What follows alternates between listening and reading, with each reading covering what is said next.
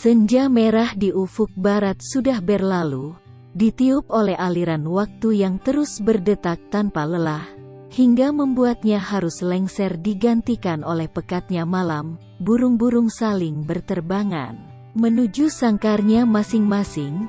Mereka memilih diam mendekap induknya daripada harus ngerumpi dengan sesama.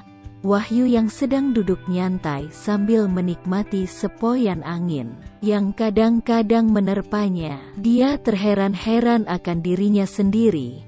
Orang yang selama ini dia benci kehadirannya, kini malah menjelma menjadi rindu tiada taraf. Entah kenapa dia sangat merindukannya.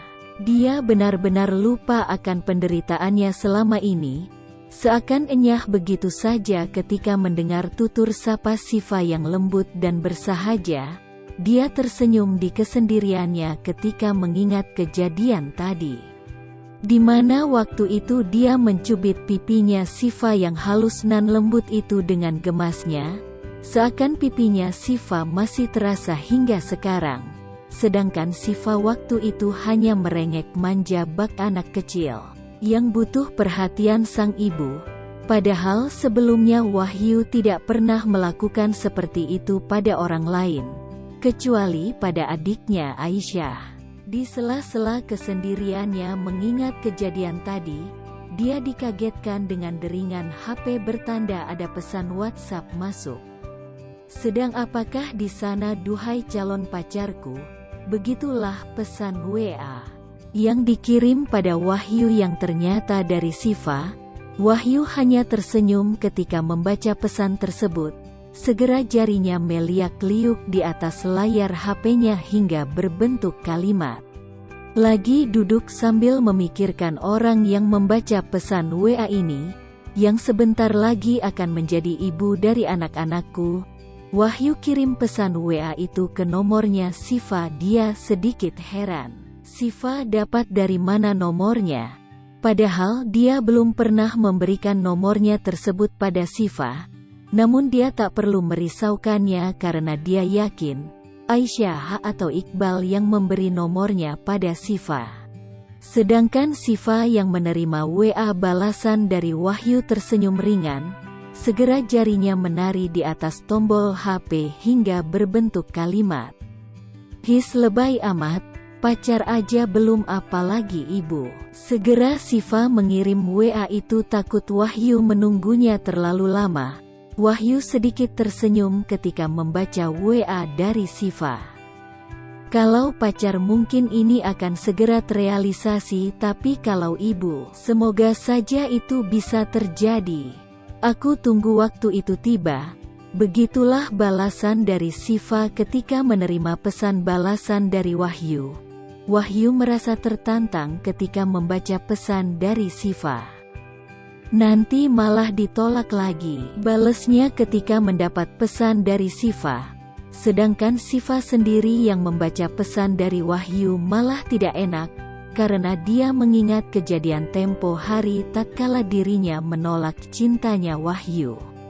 Pesan demi pesan terus saja mereka kirimkan. Kadang mereka tersenyum geli membaca pesan tersebut, dan kadang dahi mereka mengkerut ketika tak menemukan arti dari pesan yang dikirimkan. Mereka terus saja SMS-an lewat WA hingga mereka tak sadar bahwa hari telah larut malam, hingga akhirnya Siva pamit duluan untuk tidur. Ketika Siva mulai merasakan ngantuk, mentari mulai menyingsing dari tempatnya, mulai menampakkan wujud terangnya, mengepakkan sayap-sayap kepanasan kira-kira mentari setinggi 1 tombak. Tiba-tiba ada sebuah mobil Innova warna silver berhenti di depan rumah Wahyu. Dia sedikit heran akan pemilik mobil tersebut. Di benaknya tersimpan pertanyaan, siapa dia? Perlu apa? Perlu sama siapa? Namun sayangnya pertanyaan itu hanya menjadi sebuah angan. Ketika sang pengemudi turun dari mobilnya, kini terjawablah sudah pertanyaan-pertanyaannya tersebut yang ternyata adalah Siva. "Tumben dia kesini," lirihnya dalam hati. Dia lihat pakaian lengkap dengan seragam putih dan rok abu-abu yang Sifat kenakan, ditambah dengan balutan jilbab yang menjadi daya tariknya, membuat mata laki-laki tak berkedip ketika memandangnya. Sifa berjalan selangkah demi selangkah untuk menghampiri Wahyu. "Mana Aisyah?" tanya Sifa setelah berada di depan Wahyu. Sedangkan Wahyu sendiri hanya tersenyum kecil ke arah Sifa, yang kebetulan waktu itu Wahyu sedang berada di depan rumahnya. Bau semerbak yang dipancarkan dari diri Sifa membuat Wahyu makin kesemsem kepadanya. "Ada di dalam lagi siap-siap," jawab Wahyu simpel. "Loh, kamu kok nggak siap-siap?" tanya Sifa lagi yang disambut dengan senyuman oleh Wahyu. "Ini baru mau siap-siap," jawab Wahyu ketika mendengar pertanyaan dari Sifa tadi. "Masuk yuk," ajak Wahyu yang kebetulan ingin pergi ke belakang. "Nggak usah, aku nunggu di sini aja," kata Sifa seraya duduk di depan kursi rumahnya Wahyu.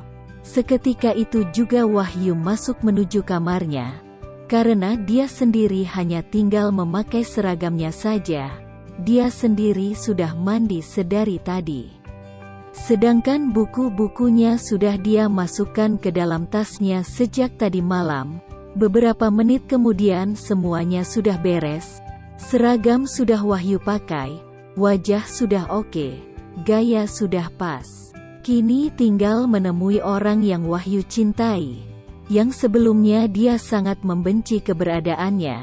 Sebenarnya Wahyu sadar dirinya bagaikan orang yang tak punya harga diri, di mana orang yang telah mencampakkannya beberapa hari yang lalu, yang membuatnya bertekad akan membencinya selamanya.